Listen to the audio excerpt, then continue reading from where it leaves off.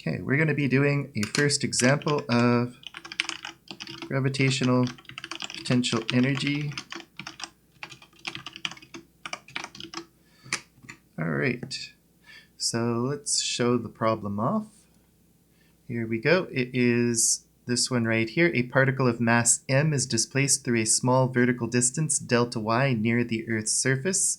Show that in this situation, the general expression for a change in the gravitational potential energy is given by, that the general expression for the change in gravitational potential energy given by the equation reduces to delta u equals mg delta y.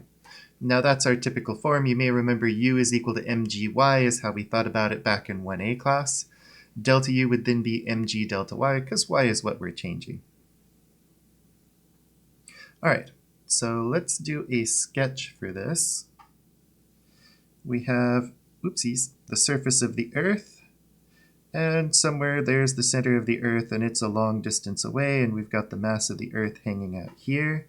And then we're going to say our mass starts at some location, and we displace it to some new location that is delta y above where it was. All right, as a quick reminder, if we want to find u, the way to do it is negative integral from infinity to r of minus g mass 1 mass 2 over r squared dr. That's a pretty quick one to get the integration for. You'd get g m1 m2, then a 1 over r minus 1 over infinity, which would just be minus big G mass 1 mass 2 over r. All right, so when we think about delta u, we're going to be thinking about, in this case, minus g mass 1 mass 2 over re plus delta y, where we end up. And then we're going to subtract from that a minus g m1 m2 over re, radius of Earth. All right, you may be wondering what exactly is going on here, why all the minuses? Well, this is just the u equation with our final position put in, and this is just our u equation with our initial position put in. We start out at radius of Earth, we go to radius of Earth plus delta y. All right, in order to put these two things together, we are going to need to create a common denominator. So first I'm going to pull out the minus g m1 m2, then I'll have 1 over re plus delta y, leave some space, and 1 over re. I left too much space on the wrong side. Okay, close that off. All right, to create a common denominator, we have to multiply by such things as we get the same thing on the bottom at the end. So we'll have to multiply by re over re on the one side and re plus delta y on the other. Notice I'm basically just multiplying by 1 here. All right, so we're going to get delta u is minus g m1, m2, re minus re plus delta y all over re times re plus delta y, and we can start cleaning this up. That minus sign distributes, so the re is going to cancel out.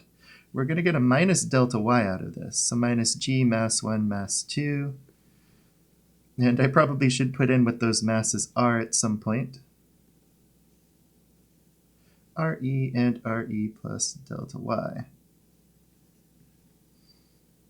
Okay, let's put in what the masses would be. So we have a minus g mass of Earth, mass external. We've got a negative delta y, and the whole thing is over re plus delta y, or re times re plus delta y.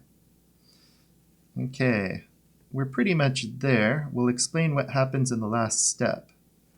The minus delta y does its thing. So far we've got the m delta y that we want.